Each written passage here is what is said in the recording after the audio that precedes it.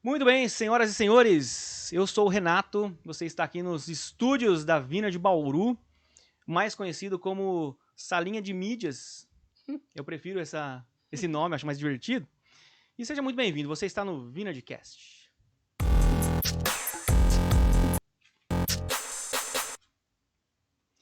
Muito bem, hoje eu tenho uma companhia muito especial aqui, uma pessoa muito amada, né, por todos, pela igreja, né, pela Vinerd especificamente, porque, né, a igreja ama muito essa pessoa que você já sabe quem é, porque você viu aí na telinha do YouTube, então não é segredo, né?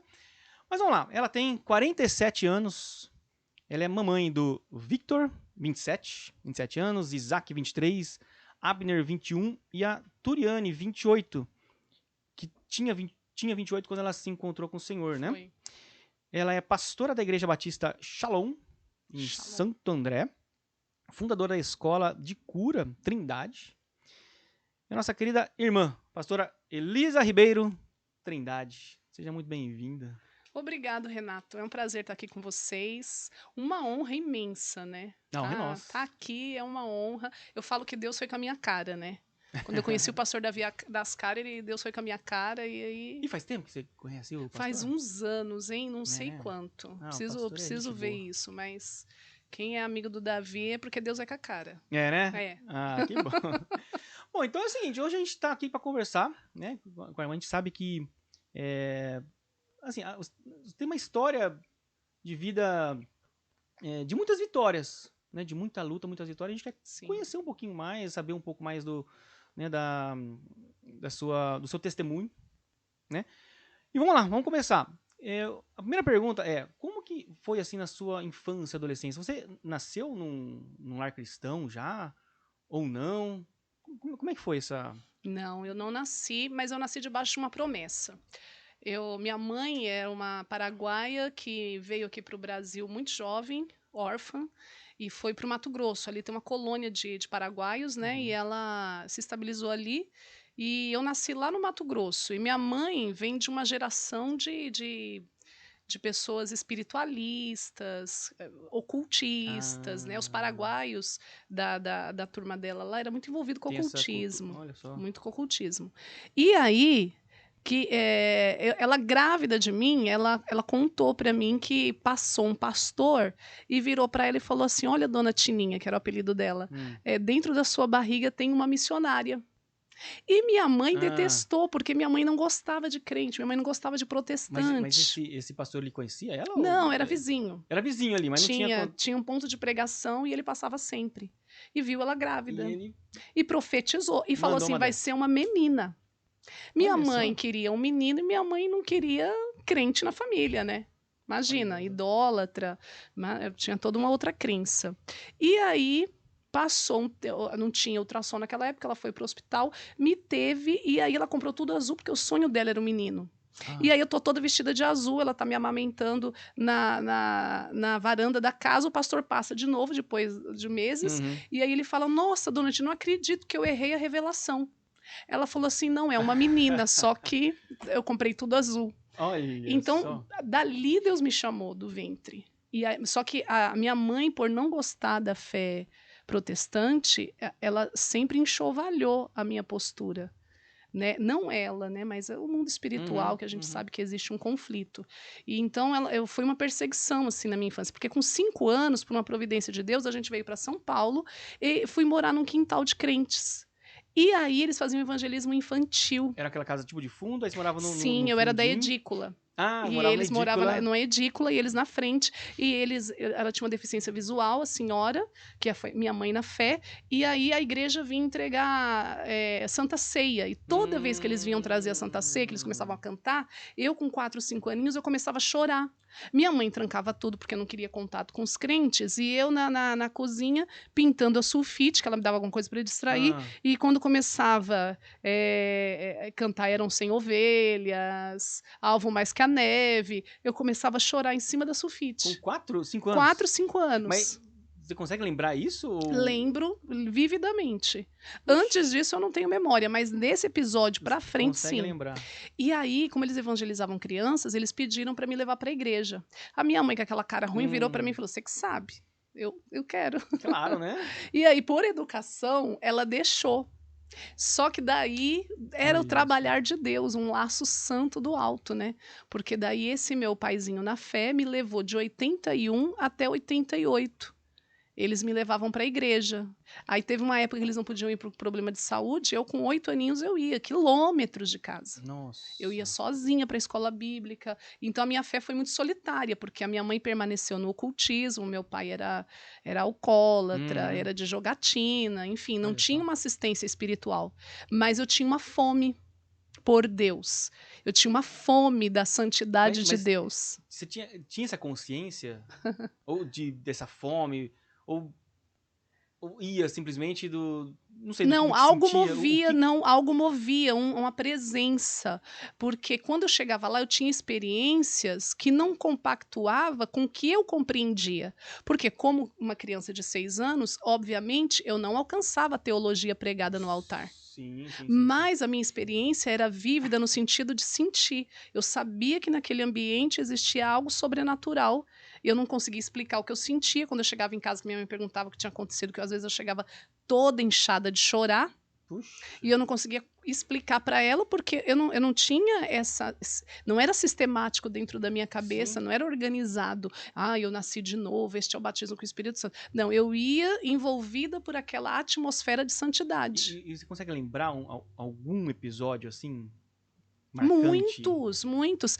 Acho que o mais marcante, que foi assim, até perigoso para mim, que Jesus não vigia nada, vocês sabem, né? Hum. Eu fui no administração, eu tinha 8 anos de idade. Aí veio um irmão pregar que ele tinha sido livre do edifício Joelma. Ah, Talvez aquele que até pegou a tal, eu fogo? não sei se ele está vivo, talvez essa transmissão chegue a ele. Ah, que legal, Eu né? tinha 8 aninhos e ele foi pregar na Assembleia de Deus da Rua Gana, em Santo André, e eu estava lá em 87. Olha E só. eu tô sentada assim, e ele falou assim: olha, eu fui livre, mas Deus permitiu que ficou uma marca no meu braço de uma queimadura. Queimadura. E ele falou: essa marca doeu muito, foi difícil de curar, mas quando eu mostro ela hoje, Deus manifesta a glória dele. E aí ele fez assim com a camisa e levantou. Na hora que ele levantou, mas foi um batismo com o Espírito Santo em massa, assim, ó. O povo no poder, na unção, caindo, chorando, tremendo. E você tinha 8 E anos. eu, nessa idade, comecei a tremer, chorar, não conseguia mais andar. Não conseguia sair da igreja, ninguém conseguia sair. Foi um avivamento, né? Sim. Assim, a presença se estabeleceu. E aí, eu lembro até hoje, a dirigente do Circo de Oração me colocou dentro de um Fusca, carregada, porque eu não andava, estava jogada no chão. Caramba. E chega com a minha mãe, ocultista, comigo nos braços. As irmãs do Circo de Oração, e me entrega para minha mãe nesse estado. Mas e aí? Então, você imagina, Eu imagino a sua a minha mãe mãe, o olhando que aquilo. vocês Como fizeram assim, com a né? minha filha? E começou aquele barraco, e eu não conseguia explicar, porque eu estava cheia de uma presença que eu não conseguia mais expressar o E português. você tinha 8 anos, né? Era titica. Né? E aí eu lembro que ela me pôs na cama, me cobriu, pôs as irmãs pra fora. Foi um auê. Aí no outro dia eu tinha um diário, naquela Foi o época. barraco da vila ali, né? Ela detestou, Gente. porque ela achou que tinha acontecido uma coisa Sim, grave. sim, Aí as sim. irmãs tentou explicar que era presença, que era unção, né? Aí eu escrevi, eu lembro até hoje que eu tinha um diário da Turma da Mônica que ela tinha me dado, e Olha. aí eu escrevia tudo que acontecia comigo no diário. E aí no outro dia ela leu a minha experiência. E eu lembro a frase que eu escrevi: Jesus me abençoou muitíssimo. Nossa. E aí eu descrevi a minha experiência. Então tinha muita coisa assim sobrenatural. Não era teológico, porque eu tô falando, a minha mente não alcançava. Nem eu tinha nascido de novo. Eu tinha toques da presença, né? Que já era um preparar de Deus ali que maravilhoso. Nossa, aí foi isso na sua infância. Aí entrou na adolescência. E continua na mesma.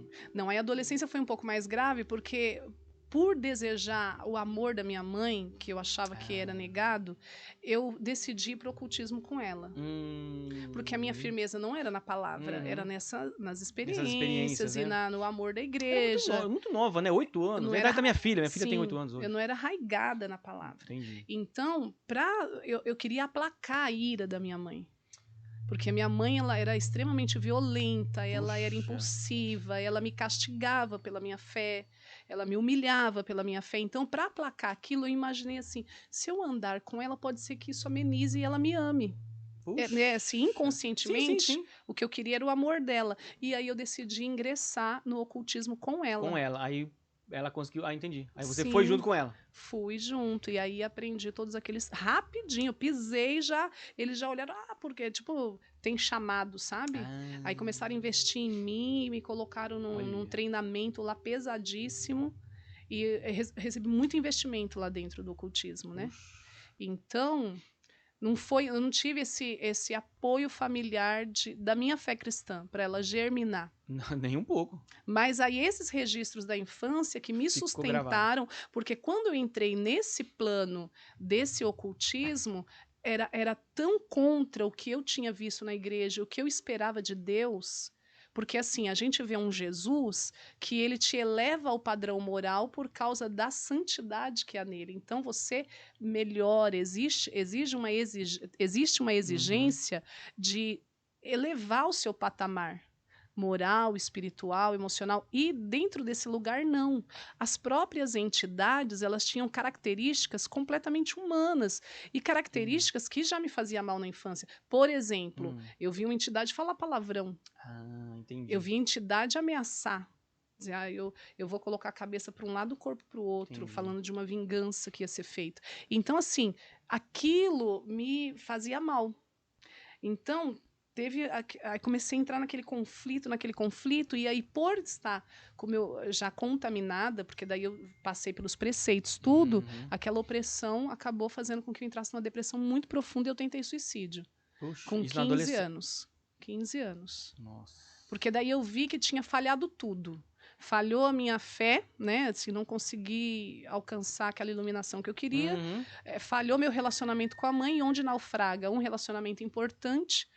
Fatalmente a tristeza vai começar a vir. Porque, assim, o relacionamento pai e mãe, acho que são os pilares, né? Quando isso falha, você não tem chão. E aí, para mim, assim, se minha mãe não me ama, ou eu achava, claro que minha mãe me amava, né? Mas assim, o inimigo, né, trabalhava. Cega, Eu falei, né? se minha mãe fez isso, se minha mãe não me ama, então acho que não vale a pena viver. Ninguém me ama. Por Sim, que eu achava que não existo, valia né? a pena.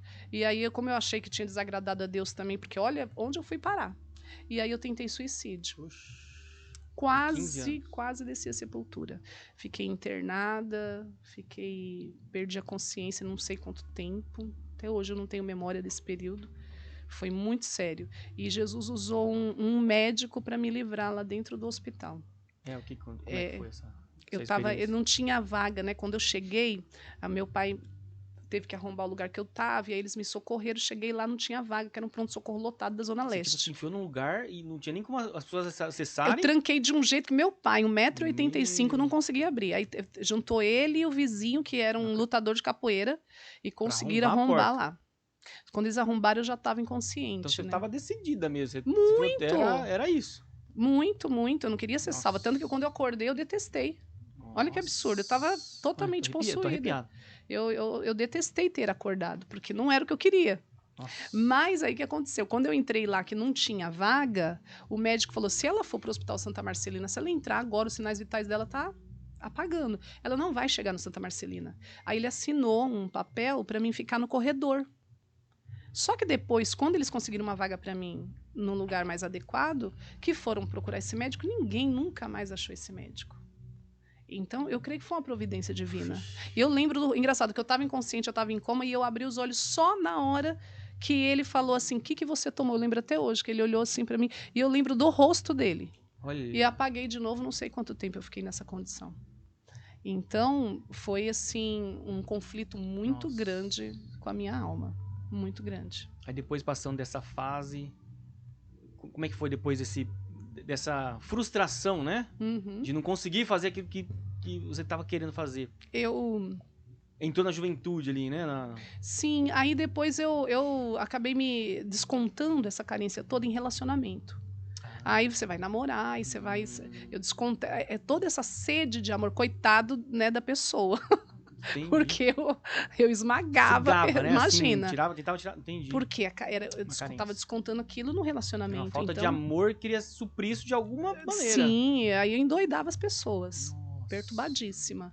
E aí a depressão não ia embora, né? Porque eu não tratei. Mas aí eu saí do ocultismo, porque daí faliu mesmo essa minha esperança que ali fosse alguma coisa boa. Minha mãe também. E aí muito cedo eu saí de casa, né? Eu saí de casa. E nisso que eu saí, que eu consegui romper com essa autoridade, porque o meu medo e a minha dificuldade de me expressar na frente da minha mãe era tão terrível que eu acho que eu não conseguiria ter ido para a igreja lá dentro. Porque era muita opressão, assim, e eu não tinha estrutura. Aí, Sim. quando eu saí de lá, em 96, eu tive minha primeira experiência, assim, foi até num velório, eu fui no velório de uma cristã, e aí ele foi Olha pregado, assim, só. eu lembro que eu cheguei lá perturbadíssima, porque daí eu já estava. Aí eu fumava, eu bebia, aquela Uhum. coisa. Aí essa mulher morreu e ela era uma cristã piedosa, que sempre me evangelizava. E eu fui, mas só para me despedir, nem imaginava o que ia acontecer. Quando eu cheguei lá, tá todos os crentes, e aí eles pregam Mateus 25. E eles todos entendem e eu fico pela volta de fora. E eu falei, gente, tá todo mundo O que tá chorando, acontecendo parece que é uma aqui? coisa boa, é um velório, mas tá legal, tem uma presença. É Era, diferente, sabe, a né? Tem unção? algo diferente aqui, né? Mas eu não, o que me indignou? Eu não compreendi o que ele tinha dito. Porque ele não interpretou Ah, Mateus 25. Ele só ah. leu e orou. E aí eu fiquei, como assim? O que é O que tá isso? acontecendo aqui? Aí Olha eu só. cheguei em casa, foi a experiência do despertamento, da palavra. Aí ela era da congregação cristã. E aí foram repartir as coisas dela. Uhum. E aí aquela brigaiada, eu quero guarda-roupa, eu quero não sei o quê, não sei o quê. Os filhos, eu conhecia a Ai, família. ai, ai. Aí quando eu vi em cima da cama, o véu dela, e eu lembro que ela orava com o véu.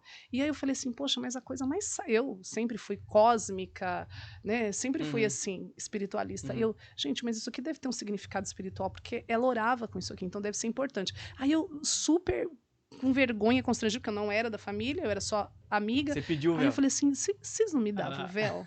Ah, leva. Ninguém Ninguém nem ligou pro nem véu pediu pro dela. véu. E você olhou pro véu. Quando eu Tá. cheguei na minha casa, coloquei depois do Deixa eu velório, testar isso aqui, né? coloquei só para saber como Deixa eu era. O que testar será isso que ela sentia, né? aqui. Que eu via ela quando ela punha, ela transformava, ela profetizava, era um vaso de Deus. Ela falou coisas para mim extraordinárias. Aí eu coloquei assim, quando eu coloquei não é que eu senti assim, é claro que não é o véu, né? Mas Sim, Deus sim, sim, sim, usou sim. aquela minha curiosidade para se Deus te manifestar. pegou na curiosidade. Olha que interessante, né? Eu Na dobrei o curiosidade. joelho e orei pela primeira vez. Mas você sabia o que você estava fazendo ali? Eu Você estava imitando ela, imitou ela. Olha que loucura. mas aí o Espírito Santo veio. E aí, depois daqueles dias, eu tô na Praça Ramos, também trabalhava ali no centro de São Paulo, aí um pregador daqueles de rua, que Ah, grita, que faz, ninguém aqueles dá bem doidão. nada. É, aqueles malucão. Mas eu tava tão já tocada, era o Espírito de Deus me chamando, né, pra graça, que eu fui passando, quando eu vi, ninguém ligava pro pregador, eu falei, eu vou ouvir ele. Aí parei assim, falei, vai que ele explica a palavra, porque eu queria entender a palavra. E aí ele começou a pregar aquelas mensagens de pregador de rua, que é escatológica, né, e aí ele fez o apelo, eu na hora, nem senti, meu braço levantou assim, eu tô na Praça Na Ramos, rua. em frente do mapping. De tanta sede que foi me dando de Deus, assim, sabe? Olha que loucura. Levantei a mão e aceitei Jesus lá no meio da Praça Você se Ramos. converteu no meio da rua. Olha que Depois loucura. aceitei de novo. E foi tudo assim, sequência, em 97. Aí começou a depressão, porque eu acho que teve um contra-ataque, né? Desse espírito de depressão. Quis voltar e eu já comecei a pensar em suicídio de novo. Aí naquela semana eu falei, não, antes de eu fazer uma bobeira, eu vou na casa do vozinho, que era aquele que me levava na igreja quando eu era criança. Entendi. Aí fui lá, que eu sabia onde era a casa dele, falei, vô, eu vim aqui, você pode orar por mim? Eu dobrei o joelho e nasci de novo. Aquele dia ele falou assim, olha, eu vejo um lençol branco descendo, esse lençol te envolve e você não é mais a mesma pessoa. E quando eu levantei, eu tinha nascido de novo. Não era mais a mesma Não era pessoa, mais. Aí, quando eu levantei, todo o efeito, eu tinha usado algumas coisas, todo o efeito daquele tinha ido embora, eu tava lúcida, eu tava bem, vontade de viver. Aí, no outro dia, eu perguntei que hora que era o culto, e fiquei com eles lá, acho que 2 ou 3 anos. E nesse momento, quando você levantou, né? Veio aquelas coisas da sua infância? Sabe aqueles momentos que você viveu na sua infância? Ou... Eu acho que por o vô ter sido meu pai na fé, que é esse mesmo que orou no dia que eu nasci de novo, teve essa aura, tipo assim, cheguei num lugar seguro. Porque a casa dele era esse símbolo. E a casa que eu recebi Jesus era a mesma casa de quando eu era criança. Então ele foi ele muito... era um porto seguro. Sim. Tipo, você, às vezes, quando você ligou, foi lá, né? você já tinha isso no seu coração, tipo, ali é o meu lugar seguro. É onde Deus É se onde manifesta. eu preciso buscar ajuda, né? E você ele foi. orava por mim desde 88 até 97, ele ficou orando por mim. Desde que eu saí da igreja. Eu entrei em 81, Quase 10 saí em anos. 88 e voltei em 97. Nesse período, ele nunca deixou de orar por mim. Olha. Então ele era o meu pai na fé. Um homem cheio do Espírito Santo. Cheio, cheio, cheio. Ele era fantástico. E aí foi ele que te levou pra igreja, Sim, né? me levou de novo, né? Pela De segunda novo, né? vez. Primeira quando eu era criança e depois já nessa fase de juventude. Aí começou a se envolver com a igreja. Com 20 anos, aí eu me converti. E aí comecei aí mergulhei, porque daí eu consegui, porque daí começou o apelo da palavra no meu íntimo, a espada da lei, né? Uhum. Entrando na divisão da alma e do espírito. Aí foi o meu contato com a palavra. E a palavra me firmou. Uhum. Porque na infância eu não tinha isso, né? Olha, e assim, aí você já estava lá convertida, né? Como que Jesus te levou pro seu ministério? Né? Como que houve essa... né, esse processo? O vozinho orando por mim. Toda semana eu ia lá, era um ritual ele orar por mim. E aí um dia ele falou assim: eu vejo você com uma espada nas mãos e você guerreia com essa espada e vai ser uma luta muito grande, mas você permanece com essa espada e você atravessa até o fim da tua vida com essa espada. E aí ele interpretou, e foi o dom da palavra que Deus está te entregando hoje. Naquela semana eu fui numa oração e Deus usou um vaso também. E aí que eu comecei a ter contato com esses mistérios de Deus, né? E na hora que a gente estava orando, ele falou: veja uma espada na tua mão. Aí mais de 10 profetas, a espada, recebe a espada, recebe a espada. Então começou no profético, recebendo a espada. Que daí eu fui interpretar que era o conhecimento bíblico. Aí eu falei: o que eu tenho que fazer? Aí começaram a me instruir: estuda. Aí me matriculei na teologia, aí comprei as apostilas, aí fui ler, comprei dicionário, aí recebi meu primeiro convite de pregação, acho que foi em 98 ou 99. Aí de lá pra cá não parou mais. Tinha 25 anos. 25 anos. 90, acho que 98 ou 99. E Olha não foi em só. cultinho, não. A minha primeira pregação não foi assim, um culto no lar. Sim, Foi um congresso já te de colocaram irmãs. na fogueira já. Nossa, eu jejuei 3 dias. Eu não comia nada, nem bebia nada, de medo.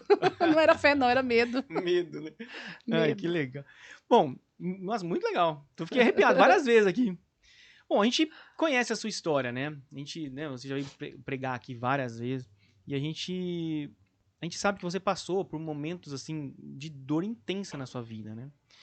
E a gente crê que todas as coisas cooperam para o bem daqueles que amam a Deus, né? Esse é algo que é uma verdade na nossa vida, né? Como que Amém. Jesus usou esses momentos extremos, né, de perda, de dor, para moldar o seu caráter, moldar, né, para fazer você mais parecida com ele? Como isso aconteceu? Eu acho que começou desde a infância mesmo, quando eu tinha que ser responsável por uma mãe que era instável. Eu acho que isso já me moldou para o senso de dever. É muito forte isso em mim hoje. Claro, teve uma época que era ferida, foi sarado, mas eu acho que esse senso de dever me norteou para eu não ir para uma coisa pior, que eu via pessoas que tinham passado pelo que eu tinha passado naquele período e que não teve a mesma postura na vida. Eu acho que esse senso de dever me ajudou. E depois eu fui lendo a palavra e vendo que Jesus ele tinha sido crucificado e que eu devia estar crucificada com ele. Então, esses dramas da vida, eles me conduzem para esse ponto de crucificação, sabe? Eu acho que a crucificação é o que me ilumina para ter a paciência de Jó, né? A paciência, a capacidade de suportar o sofrimento. Eu acho que Deus me dotou de uma paciência, assim, que foi conquistada não por mim, claro, mas o Espírito Santo colocou através de eu olhar a paciência de Jesus, né? Eu olhar isso, eu acho que quando chegou as notícias que a gente estava falando de Jó, né? As notícias, os mensageiros que vão A chegando. gente tá vindo pra cá no carro, a gente começou justamente sobre Jó, né? Jó foi engraçado que antes de chegar o diagnóstico que eu recebi, eu preguei sobre Jó, foi minha última mensagem. Eu preguei sobre Jó no Rio de Janeiro, quando eu cheguei, chegou o diagnóstico meu, da minha filha, né? E aí o que me sustenta é a crucificação de Cristo. Aí, teve um dia que eu vim aqui na Wiener e veio um profeta, acho que chamava Fábio, que ele pregou aqui, E achei interessante que todo mundo, né? Vamos receber profecia, vamos receber oração. Fui lá, né? Na sala dos profetas. Aí chegou e falou assim: tu és crucificada.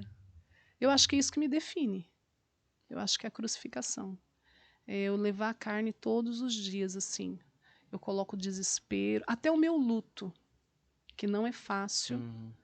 Luto de uma primogênita, né? Que a Turiana era minha primogênita.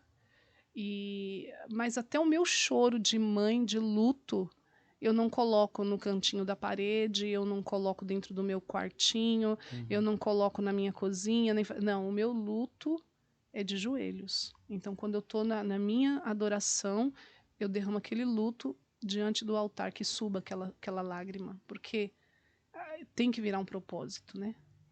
Se você estivesse na frente de alguém, assim, que está sofrendo uma dor forte, né? Como essas, né, que aconteceu com você. O que você diria? Qual seria o conselho que você daria para essa pessoa?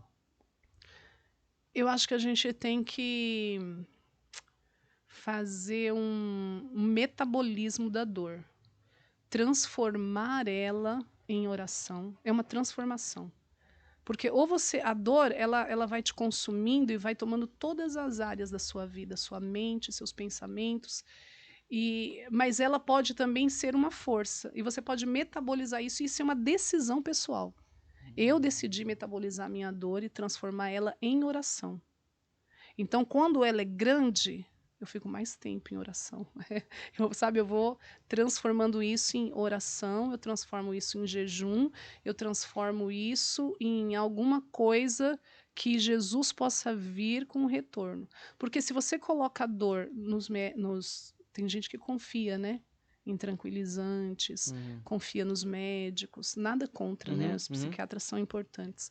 Mas, assim, existem pessoas que confiam demasiadamente nessas anestesias. E existem anestesias para dor. Tem anestesia da droga, tem anestesia do álcool, tem anestesia dos psicotrópicos, tem vários tipos de anestesia, né? O que é anestesia? É alienação. Então, no desespero, você quer procurar uma alienação. E na alienação é onde o diabo pode te assaltar. Então, eu acredito que o crente espiritual ele tem que ter muito cuidado, as pessoas que sofrem com a alienação, sabe? Explica melhor essa alienação. Então, quando, por exemplo, é você querer se distanciar da dor, seja por uma química, seja por um isolamento, seja por relacionamento, sabe? Você usa alguma coisa para se distanciar ou esquecer momentaneamente, porque você não consegue lidar com aquilo. É buscar alguma fonte de prazer. Também o prazer é uma alienação. Pode se transformar em também. uma. Pode comida, se transformar. Às vezes, né? Sim, sim. Eu acho que é um tipo de uma tentação para quem sofre. O isolamento. Qual que é a opção hoje em dia? Eu vou ficar no meu quarto, eu vou ficar com o meu celular, eu vou ficar com a Netflix, eu vou fazer uma maratona de série. É um tipo de fuga. Né? E às vezes você acolher a sua dor é mais inteligente, eu acho. Você acolher, enfrentar e esse metabolismo. Eu não estou usando esse termo, mas acho que faz sentido. Faz. Então você usa transformar isso para outro propósito. Transformar, sim, porque vira força. Vira força, é como se fosse uma mola propulsora. É o que a gente estava falando do Spurgeon, né, da depressão. A depressão dele era uma mola propulsora para a espiritualidade. Não que seja o único método, mas Deus, ele nos dá essa graça de poder fazer isso. Aliás, muitos heróis na fé tinham grandes dores, só que eles souberam usar essa dor para o lugar certo, para fazer a direção certa. Porque quando você transforma isso num propósito, o Espírito Santo, ele te fortalece, ele te renova, aliás, a grande ação do Espírito Santo, qual é o nome dele? Consolador. Então, quando você pega essa dor, em vez de fugir, ou de se vitimizar, ou de se isolar, ou de se alienar, você pega isso e leva lá e fala, eu tô sofrendo, mas eu tô aqui para ser sua. Sabe, que isso me conduz a algum nível de proximidade contigo. Tem até uma música da Assembleia de Deus que eu acho linda, que ele fala assim, que a dor me une a ti. Mesmo que Quando a minha seja dor que essa me aí, una que a me una a ti. ti. É. Então, a dor, se for para me unir a Deus, e aí vem o consolo. E sempre vem uma surpresa, irmão Renato. É impressionante. Quando a dor é muito forte, que você chega diante do altar, vem algo na tua direção, pode ser uma revelação na palavra, que é extraordinário, melhor do que Rivotril, Melhor que qualquer coisa. melhor, porque aquilo tira. Nossa, é impressionante. A palavra. E uma coisa que você falou que eu achei interessante, né? Você decidiu assumir essa postura, né? Sim. Às vezes a gente fica buscando, assim, sentir alguma coisa, né? Tipo, sentir vontade de sair do buraco, vamos dizer assim. Aham. E não é assim, né? É uma decisão. Eu acho que, principalmente, não ser vítima. Eu acho que esse é um Não se segredo. vitimiza. Nunca. Eu acho que a vitimização, sabe, a dó de si mesmo, a autopiedade. Esses dias eu tive um golpe de autopiedade. Ela te açoita do nada, assim, ela aparece, ela te espreita e te açoita. Eu até contei aqui na Wiener que eu cheguei guerreando lá na clínica de hemodiálise, amarrando demônio. Aí, quando o enfermeiro veio, compadecido, ai, deu a mão pra mim, né? Aí ele, ai, Elisa, eu vi que você tava passando mal. Tadinho, ele tava bem intencionado. Sim, mas sim, aí sim. a autopiedade. Aí você já, ai, é mesmo, né? Ai, eu tô doente. Ai, eu tô de luto. Aí você se entregou. Aí você já, o que você faz? Aí você aceita aquilo como um mimo, assim, você dá aquele mimo pra você naquela hora. E no meu caso, me faz mal a autopiedade. Existe alguém que se alimenta disso. Eu não consigo me relacionar com isso. Na hora, o Espírito Santo falou, Elisa, Elisa, volta aqui. Né? Aí eu, gente, o que eu tava? Não, tô ótima, tô bem, e tava mesmo. E então, a autopiedade, eu acho que ela aumenta a tua dor. Você já tem a dor é um fato, né? Inegável. Agora, a autopiedade, ela dinamiza isso. Aí a pessoa que fica com dor de estimação, não passa nunca. Porque o luto, ele existe, mas, sabe, ele tem processo, ele vai amenizando, ele vai se transformando em outras coisas, ele vai se transformando em saudade, ele vai se transformando numa memória boa, ele vai se transformando num senso de propósito, que você começa a ver o que Deus fez, onde ele quis chegar, que ele tem razão, ele sempre tem razão. Então, você dar razão a Deus também alivia muito, né? Porque tem pessoas que ficam questionando. E aí eu acho que a autopiedade, ela incendeia mais a dor e ela aumenta, e é mais difícil de você sair dela. Né? Muito mais, a vítima é muito mais difícil. E tem gente que é vítima crônica, né? Né? Ela sai de uma dor, ela entra em outra, ela sai de uma dor, ela entra o tempo inteiro. Ah, o meu pai, era minha mãe, era... Às vezes, quando eu tô trabalhando com cura interior, eu tenho dificuldade com isso. Porque tudo é o pai, tudo é a mãe, tudo é sempre responsabilidade do outro. Tipo, sempre... Eu sou assim porque aconteceu isso comigo. É, a vítima crônica.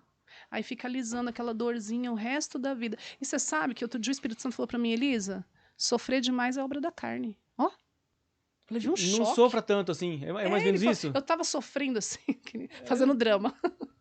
Um draminha. Aí ele falou, Elisa, sofrer demais é obra da carne. Eu, gente, eu falei, é a tua carne. Eu falei, mesmo, porque no espírito tem o quê? A alegria. O que tem? Fé. O que tem? Paz. Aí ele começou a me levar para a cartilha de Gálatas. Eu falei, é mesmo, gente, eu tenho que sair da carne, porque a carne, ela quer. Tem gente que, o sofredor crônico, ele é carnal. Ele não consegue se abrir para o outro, ele não se abre para o propósito de Deus, ele não se abre para o novo de Deus, para virar a página, ele quer ficar ali. Né? Então, a vitimização, acho que é a pior coisa que pode acontecer. Belíssimo conselho. E é o que eu não quero pra mim, né? Não. Que eu falo que é o meu perigo, que eu vejo a autopiedade nos meus horizontes, eu sei quando ela tá chegando, porque a gente quer se mimar, que é essa criancinha que a gente tem dentro da gente. Né? É o que a gente tava conversando criancinha ferida. É o ego. A criança ferida. O ego querendo ser massageado ali, né? É a mesma, eu acho que é uma linha tênue, né? Da vaidade, da autopiedade, essa coisa de eu sou tão bonzinho, eu sou tão legal, eu não merecia, né? Isso, não devia ser assim. Só comigo. Que loucura. Muito legal. Bom, vamos lá, vamos finalizando aqui, chegando no nosso final do nosso Vinerdcast. Vamos lá. Quais são os planos para o futuro no ministério? Tem alguma coisa em vista aí? Nossa, vários. Muitos, né? Nossa. Plano que não Eu fala. sonho, eu quero escrever um livro, né? Tá no Boa. projeto, escrever o livro, o estúdio, desenvolver. Um sonho que eu tenho, vou abrir aqui para vocês orarem. Eu queria ter um centro de treinamento, educação cristã, pedagogia cristã. Não pedagogia no sentido de colégio, Tipo não. escola, assim. Espiritual. Eu tenho, nossa, é um sonho, é um projeto que eu tenho aí. Alguma coisa com teologia, assim, esse tipo de coisa? De ou tudo. De tudo. Eu queria ter, tipo um auditório que vem assim, sabe, os mestres, Pra despejar conhecimento. entendeu? Em todos os níveis, teológico, profético, apostólico, pentecostal, todo interdenominacional. Tipo um balaio santo de glória, de revelação, porque cada um tem uma porção, né, gente? Sim. Eu amo essa coisa interdenominacional de ver, sabe, a revelação pentecostal, a revelação apostólica, a revelação celular, os movimentos, né, que o Espírito Santo gerou e que estão aí ainda fazendo história. Que legal. Deus abençoe. Deus abençoe. Vai ser muito legal. E ore por isso. Vamos orar. Bom, então vamos lá. Centro de Treinamento Trindade. Já Trindade. pensou? Já pensou? Muito legal. Eu ia só ser tipo a mestre de cerimônias. Eu não faria assim, só seria mestre e daria espaço para as vozes proféticas e para as pessoas aprenderem, crescerem, alguma coisa assim. Deus abençoe, vai ser muito legal. Um dia, tô orando. Muito bom. É um dos projetos que eu tenho, né? E a obra que a gente faz que já faz hoje em dia, né?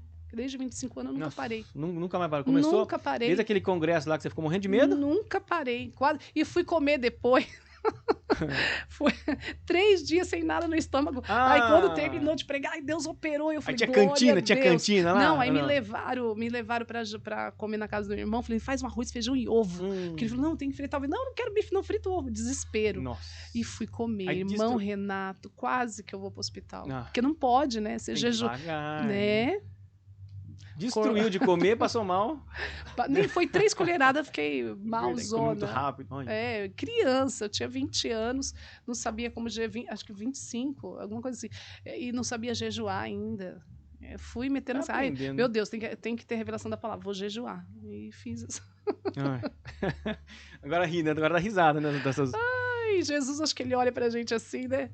Falou, dá umas risadas. Essa é minha filha amada em quem eu tenho prazer. Tá lá, passando mal. Bom, então vamos lá. Agora uma brincadeira rápida pra gente finalizar o nosso Vinerdcast aqui. Assim, eu vou te falar uma palavra e você vai me falar uma frase curta o que isso significa pra você. Certo? Uhum. Vamos lá. Deus. Tudo. Tudão. Tudão. Fé. Vida. Fé é a minha vida. É a minha vida. O justo viverá pela fé. Eu vivo pela fé. É a minha vida. Família. Presente de Deus, dádiva, herança, futuro. Eles são eu, lá daqui, né? Ministério. Paixão, fervor, amor, paixão. Perda. Perda. Essa palavra eu não esperava. Perda. Administração. Tem que administrar. Igreja. Igreja, minha família. Meu pai, minha mãe e meus irmãos, como disse Jesus. Esses são. Meu pai, minha mãe e meus irmãos. Né? É bom demais, né? Eu tenho uma família imensa. Eu tenho várias mães, vários pais. Vários irmãos. Vários irmãos. Vitória. Vitória. A conquista de Jesus na cruz do Calvário que me põe em pé todos os dias. Essa é a minha vitória. A vitória dele é a minha. Gratidão. Gratidão pela vida, pela chance que Jesus me deu. Que é 4 de março de 2020, eu pensei que era o último dia da minha vida e eu voltei. Olha só. Por resposta à oração da igreja, por um propósito de Deus, então eu sou muito grata a Deus por essa oportunidade. Amém. Felicidade. Felicidade. Ter amigos. Acho que amigo é uma felicidade. Vocês são uma felicidade. Viner é uma felicidade. E a última, se você pudesse dar um único conselho para a igreja brasileira hoje, qual seria? Arrependimento. Nem termina a frase. Não precisa nem terminar a frase. Não precisa nem terminar. A igreja saiu muito da palavra. Nós nos distanciamos de uma forma hedionda. da palavra, principalmente da ausência da fraternidade, que é o conselho do apóstolo Paulo nas suas 13 cartas. Todas elas têm conselho ao amor fraternal e nós fugimos de maneira hedionda desse principal conselho apostólico. Então, eu acho que só arrependimento salva a igreja brasileira. Não tem nem o que falar. Apesar de eu amá-la, Sim. ela precisa de arrependimento. Muito bom. Obrigado. Obrigado, viu? Eu que agradeço, irmão Renato. Muito legal a nossa conversa aqui. E se você gostou, tenho certeza que você gostou, curte aqui, tem um botãozinho aqui no YouTube, né? Tem um coraçãozinho. É coraçãozinho ou é joinha? É joinha, né? Tem um joinha aqui no YouTube. Tem também um botão... Eu devia ter falado isso no começo do vídeo, né? O pessoal já compartilhar. Mas tudo bem, chegou até aqui, compartilha esse vídeo. Põe lá no grupo da igreja, da família, né? Tem um aviãozinho lá, clica no aviãozinho lá e distribui esse vídeo. Isso é legal porque fazer isso, né? Dar o joinha e compartilhar, o YouTube, ele entende que o vídeo foi legal, que foi relevante. E aí ele começa a mostrar para muito mais pessoas, tá? E você vai abençoar mais pessoas também. Muito obrigado, até o próximo vídeo. Deus abençoe. Até breve. Tchau, tchau.